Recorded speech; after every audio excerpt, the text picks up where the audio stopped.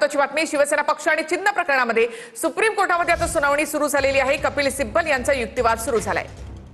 सध्याची महत्त्वाची बातमी शिवसेना पक्ष आणि चिन्ह प्रकरणी सुप्रीम कोर्टात ही सुनावणी सुरू आहे। शिवसेना पक्ष आणि चिन्ह प्रकरणामध्ये सुप्रीम कोर्टात सुनावणी सुरू झालेली आहे आणि कपिल सिब्बल यांचा युक्तिवाद सुरू झालेला आहे। मागच्या युक्तिवादावेळी त्यांनी आमदार अपात्रते प्रकरणामध्ये युक्तिवाद केलेला होता।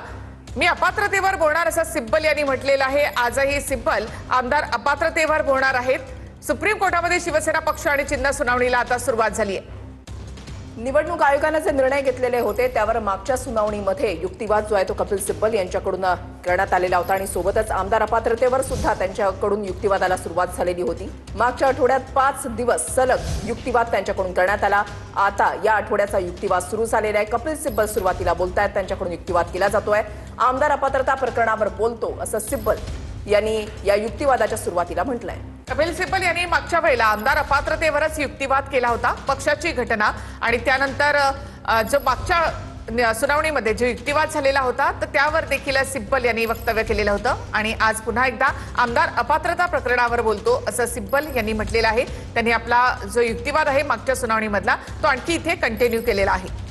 हे प्रकरण जे आहे ते 7 न्यायाधीशांच्या घटनापीठाकडे वर्ग करण्याची मागणी त्यांच्याकडून मागच्या सुनावणीच्या दरम्यान करण्यात आलेली होती। त्या अनुषंगाने त्यांच्याकडून युक्तिवाद जो आहे तो करण्यात आलेला होता। अपात्रतेचा निर्णय होण्यापूर्वी सत्तेचा आणि केंद्रीय तपास यंत्रणांचा म्हणजेच ईडी आणि सीबीआयचा वापर करून पाठिंबा मिळवला जातो आणि याकडे त्यांनी लक्ष वेधलेलं होतं।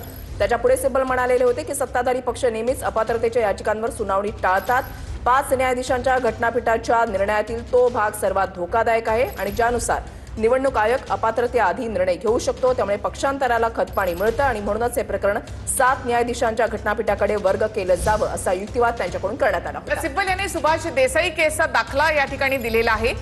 तर कपिल सिब्बल यांनी सुभाष देसाई केसचा दाखला दिलाय। पुन्हा एकदा त्यांनी आमदार अपात्रते संदर्भामध्ये आपला युक्तिवाद सुरू केलेला आहे आणि सिब्बल यांनी सुभाष देसाई केसचा दाखला या ठिकाणी दिलाय। काही कलमांचा उल्लेख त्यांच्याकडून करण्यात आलेला होता। 29 त्याच्यानंतर पॅरा 15 याचा उल्लेख करत त्यांच्याकडून युक्तिवाद करण्यात आलेला आहे आणि आता आमदार अपात्रतेवर त्यांच्याकडून युक्तिवाद सुरू झालाय।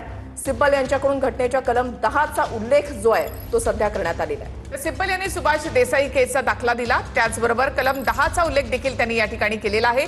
सिब्बल यांच्याकडनं घटनेच्या कलम 10चा उल्लेख करण्यात आलाय। ठाकरेंची शिवसेना हाच राजकीय पक्ष असं सिब्बल यांनी म्हटलेलं आहे। ठाकरेंची शिवसेना हाच राजकीय पक्ष असा युक्तिवाद सिब्बल यांच्याकडून केला जातोय। त्यांच्याकडून युक्तिवादाला सुरुवात झालेली आहे। आमदार अपात्रतेचा मुद्दा जो मागच्या युक्तिवादादरम्यान त्यांनी मांडलेला होता तोच आता पुढे सलग त्यांच्याकडून मांडला जातोय, त्याच्यावर युक्तिवाद केला जातोय। ठाकरेंची शिवसेना हाच राजकीय पक्ष असं सिब्बल यांनी म्हटलेलं आहे। यादी विलीन होणं ठीक पण पक्षावर दावा करणं चुकीचं असं देखील सिब्बल यांनी युक्तिवाद करताना म्हटलेलं आहे।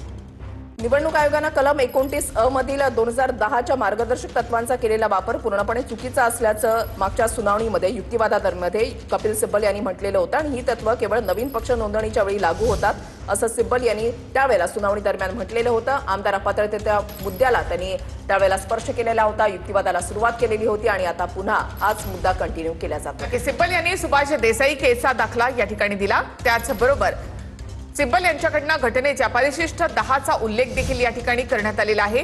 ठाकरेंची शिवसेना हाच राजकीय पक्ष असा युक्तिवाद देखील सिब्बल यांनी केलेला आहे। विलीन होणं ठीक आहे पण पक्षच घेणं हे चुकीचं असं त्यांनी म्हटलं। 2018च्या घटनेनुसार ठाकरेंना सर्वाधिकार आहेत असं देखील कपिल सिब्बल यांनी युक्तिवाद करताना म्हटलेलं आहे।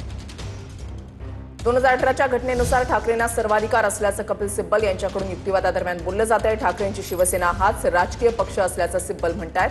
विलीन होणं ठीक पण पक्षावर दावा करणं चुकीचं असल्याचं सिब्बल युक्तिवादादरम्यान बोलतात। ठाकरेंची शिवसेना हाच राजकीय पक्ष असं सिब्बल यांनी म्हटलेलं आहे।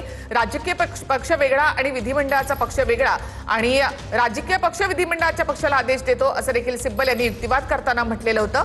आज पुन्हा एकदा त्यांनी तो मुद्दा घेतलेला असून विधानसभा अध्यक्षांनी चुकीचा निर्णय दिला असं कपिल सिब्बल यांनी म्हटलेलं आहे। कपिल सिब्बल यांनी निवडणूक आयोगाच्या विधिमंडळ बहुमताच्या निकषाची न्यायालयामध्ये आकडेवारीसह मांडणी केलेली होती आणि त्यांनी संसदेमधील आणि दोन्ही सभागृहातील आमदारांचा संपूर्ण डेटा मागच्या युक्तिवादादरम्यान मांडलेला होता आणि